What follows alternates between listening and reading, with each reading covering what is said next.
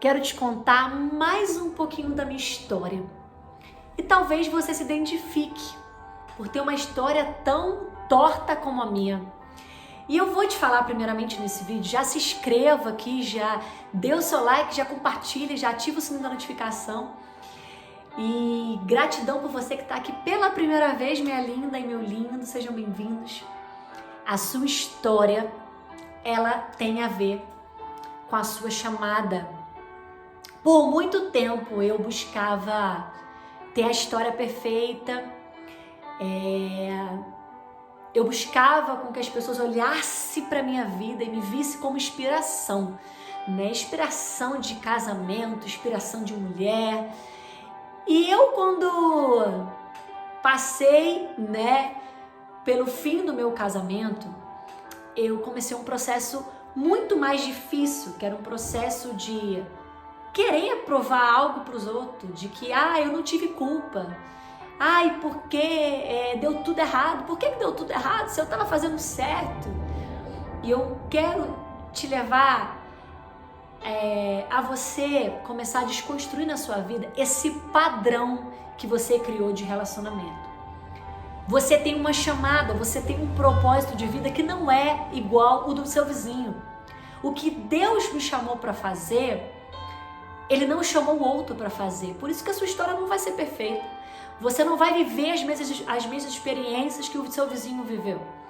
E durante muito tempo eu me questionava, eu falava, Deus, como que eu vou me levantar? Como que eu vou voltar a pregar? Como que eu vou voltar a ministrar? Eu me tornei uma pessoa muito diferente, daquela mulher de 18 anos atrás. E eu me lembro que eu tive eu falo que eu errei muito mais do que eu acertei, Eu tinha tudo para dar errado, Eu não tive pessoas que me incentivaram. Eu me lembro que o meu primeiro vídeo aqui no YouTube foi assim, horrível, de dislike, das pessoas comentando, falando de mim, falando que minha gravação era ruim, que o telefone era ruim, que eu não tinha uma boa iluminação, realmente eu não tinha recurso, eu não tinha uma história bonita. Eu tinha uma história de uma mulher divorciada, grávida, que estava dizendo para as pessoas que era possível superar, que Deus tinha uma história para você, que Deus continuava a escrever a sua história. E foi o que aconteceu comigo. Eu percebi que Deus ainda estava escrevendo algo com a minha história. Eu comecei a ver que a minha chamada era forte, que era uma chamada, que não era para quem tinha uma família tradicional.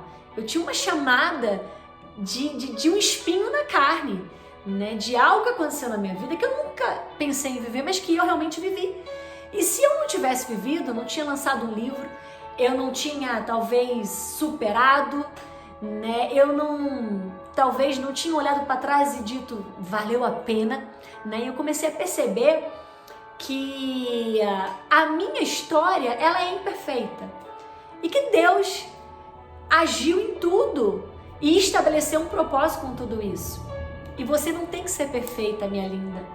Você não tem que ser perfeito, meu querido. Para de querer que você tenha a mesma chamada que todo mundo. Você não é todo mundo.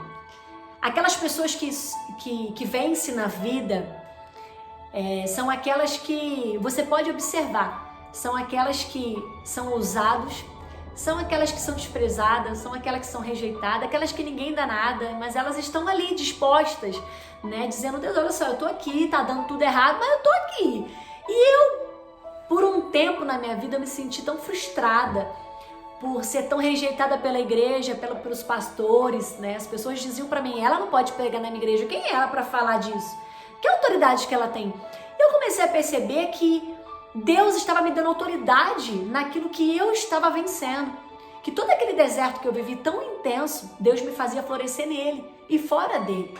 Em que eu precisava superar, eu precisei passar pela dor da rejeição, a dor da traição, a dor do abandono, para que eu vivesse essa dor e fosse curada dessa dor. E tudo isso pudesse ser um divisor de águas e inspiração para outras pessoas. E eu comecei a observar que a minha história sempre foi difícil, né? Os meus conflitos, a minha convivência, tudo parecia muito difícil para mim. E eu às vezes olhava, né, um casal com aquela família, né, linda na internet, eu dizia, por que eu não tenho essa família? E aí Deus sempre me consolava com uma palavra que ele dizia em 1 Coríntios 1:27, mas eu, né, como ele fala, mas Deus chamou as coisas loucas deste mundo para confundir as sábias. Né? E eu ficava com aquela palavra no meu coração e eu falava, realmente eu sou essa 1% que deu errado para que viesse dar certo. Então o que eu quero dizer para você? Não importa a história que você está vivendo hoje, é Deus que vai te dar a última palavra. E é através dessa história que Deus vai mudar muitas pessoas através de você, do seu chamado, daquilo que Ele tem para você. Você não é todo mundo, por isso que você não vive o que todo mundo vive. Você não faz o que todo mundo faz.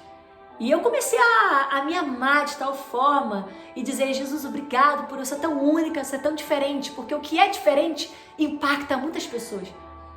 O ser igual a todo mundo não causa impacto, porque Deus ele te chamou para ser única, não para ser uma cópia, né? Para você reproduzir algo que você ouve. A sua história é única, né? A dor que você viveu só você sabe, né? Então todas as vezes que eu recebo julgamento, né? Alguém vai nas minhas redes sociais para poder falar mal de mim, ou sei lá, qualquer outra coisa, eu sempre penso em algo. Eu sei de onde eu vim e para onde eu tô indo.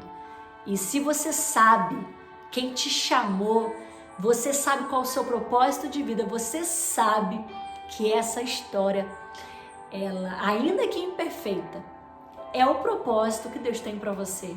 E esse propósito, ele pode gerar outras vidas, né? E aí eu comecei a ver a minha trajetória de vida, meu livro nascendo, né? Florescendo no deserto, né? Então eu comecei a ver que quem estava no meu barco era Jesus e que Deus iria me usar da forma como Ele queria, não da forma que eu tinha projetado.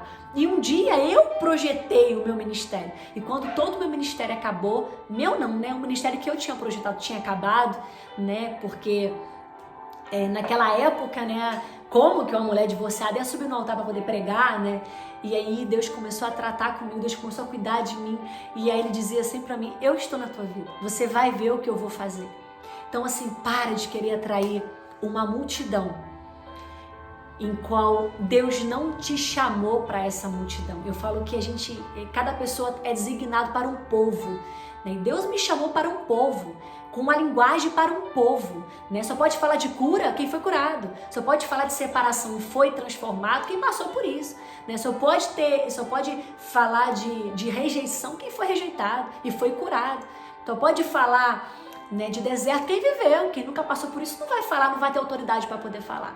Então observa que tudo que você está vivendo é para que você venha viver a sua maior chamada. A nossa maior pregação não é o que você prepara, não é um sermão bonito, é aquilo que você está vivendo, porque você só tem autoridade naquilo que você venceu.